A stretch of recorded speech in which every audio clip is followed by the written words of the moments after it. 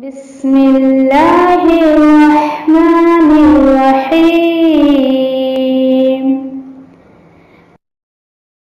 القرآن حیاتی. The Quran is my life, the way to connect with Allah subhanahu wa ta'ala.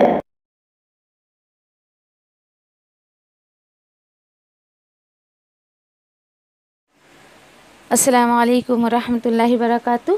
الحمدللہ سورہ اعراف کے ہم آخری رکوع پر ہیں اور انشاءاللہ دیکھتے ہیں کہ اللہ سبحانہ تعالیٰ آیت نمبر 196 to 199 میں ہمیں کیا میسج دے رہے ہیں. اعوذ باللہ من الشیطان الرجیم. بسم اللہ الرحمن الرحیم. ان ولی اللہ الذی نزل الکتاب وہو یتولی الصالحین. بے شک میرا ولی تو میرا مددگار تو اللہ ہے جس نے نازل کی کتاب اور ولی ہوا کرتا ہے نیک لوگوں کا. آیت نمبر 197. والذین تدعون من دونه لا يستطيعون نصركم ولا انفسهم ينصرون. تم جنہیں پکارتے ہو اللہ کے سوا سے نہیں وہ استطاعت رکھتے ہیں تمہاری مدد کی اور نہ ہی وہ اپنے خود کی مدد کی طاقت رکھتے ہیں. آیت نمبر 198. وَإِن تَدْعُوهُمْ إِلَى الْهُدَى لَا يَسْمَعُوا وَتَرَاهُمْ يَنْظُرُونَ إِلَيْكَ وَهُمْ لَا يُبْصِرُونَ. اگر تم بلاؤ انہیں ہدایت کی طرف نہیں وہ سنتے ہیں، اگر تم دیکھتے انہیں کہ ان کی نظریں ہیں تمہاری طرف لیکن وہ اپنی بصارت کا استعمال نہیں کرتے ہیں. آیت نمبر 199. خذ العفو وأمر بالعرف وعارض عن الجاہلین. انہیں درگزر کرتے رہو اور حکم کرتے رہو بھلائی کا اور کنارے رہو ایسے جاہل نادانوں سے، کنارہ کش ہو جاؤ ایسے جاہل نادانوں سے. انشاءاللہ سورہ اعراف آیت نمبر 196 سے دیکھتے ہیں انشاءاللہ. اور آیت خیر موضوع وہی چل رہا ہے شرک کا جو اللہ سبحانہ تعالیٰ یہاں پر بیان کر رہے ہیں کہ تھوڑا سا غور و فکر خیر اسٹڈی کر رہی تھی جب میں نے کیا کہ دیکھیے کہ یہاں پر جیسے کہ اگر آیت کا اتنا حصہ کوئی اس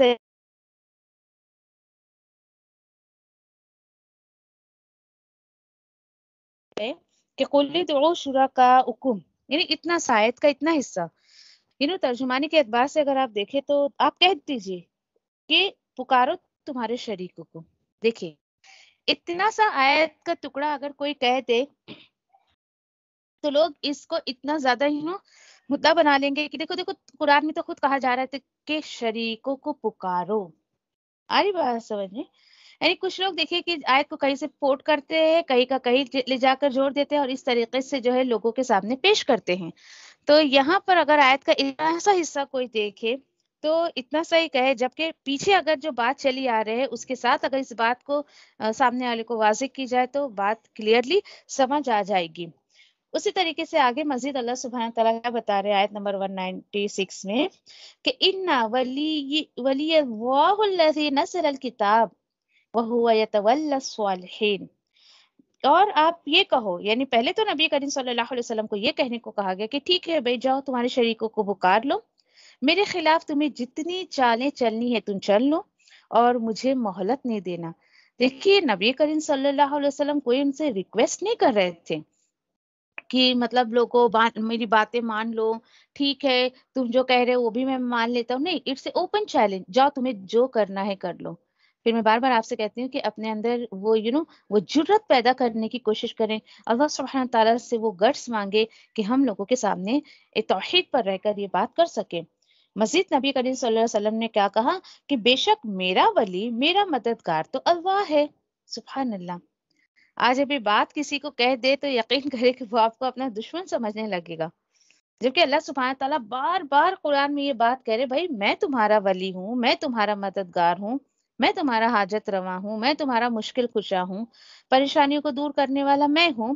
جب اللہ سبحانہ تعالیٰ خود بالکل ڈائریکٹلی اپنے بندے سے کہہ رہے ہیں، تو لوگ کون ہوتے ہیں جو کسی اور کو انوالو کر دیں نعوذ باللہ اللہ سبحانہ تعالیٰ کے ساتھ.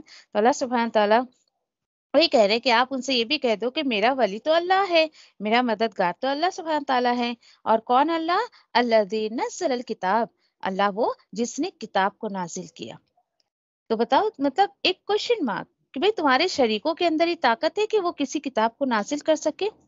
وَهُوَ يَتَوَلَّى الصَّالِحِينَ، اور وہی ولی ہوا کرتا ہے نیک لوگوں کا. یعنی اللہ سبحانہ تعالیٰ کس کے ولی ہوتے ہیں، کس کے مددگار ہوتے ہیں؟ جو نیک لوگ ہوتے ہیں.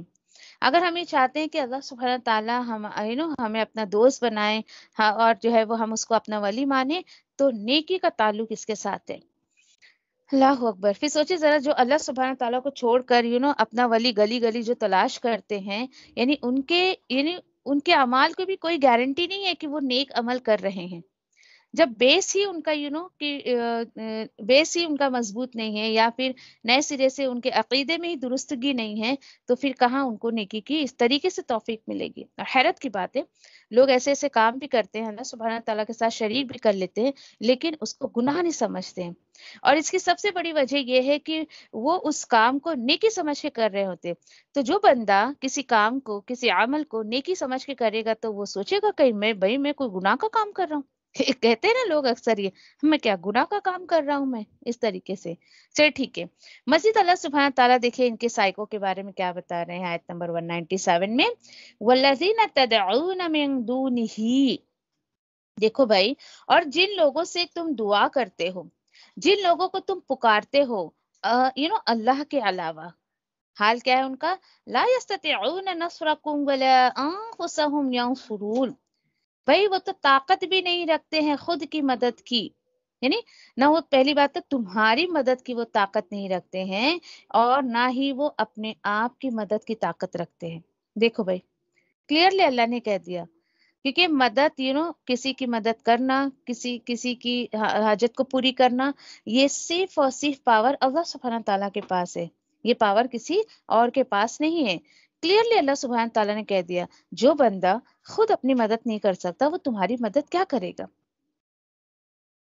ہے کتنے تدبر کی آیتیں ہیں.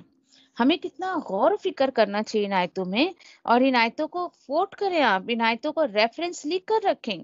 کوئی آپ کے سامنے کہ اللہ کی بڑائی چھوڑ کر ولیوں کی بڑائی کرے، کسی شخصیت کا نام لے کر، پیروں کا اس طریقے کی باتیں کرے، تو آپ آیتیں ان کو سنا دیں کہ بھائی تم جو کہہ رہے ہو، ہم نے تو قرآن میں یہ نہیں پڑھا، بلکہ اللہ سبحانہ تعالیٰ تو قرآن میں یہ کہتے ہیں کہ اللہ کو چھوڑ کر جنہیں تم پکارتے ہو، چاہے وہ بتوں کے نام پہ ہو، قبروں کے نام پہ ہو، کسی بزرگ کے نام پہ ہو، کچھ بھی ہو.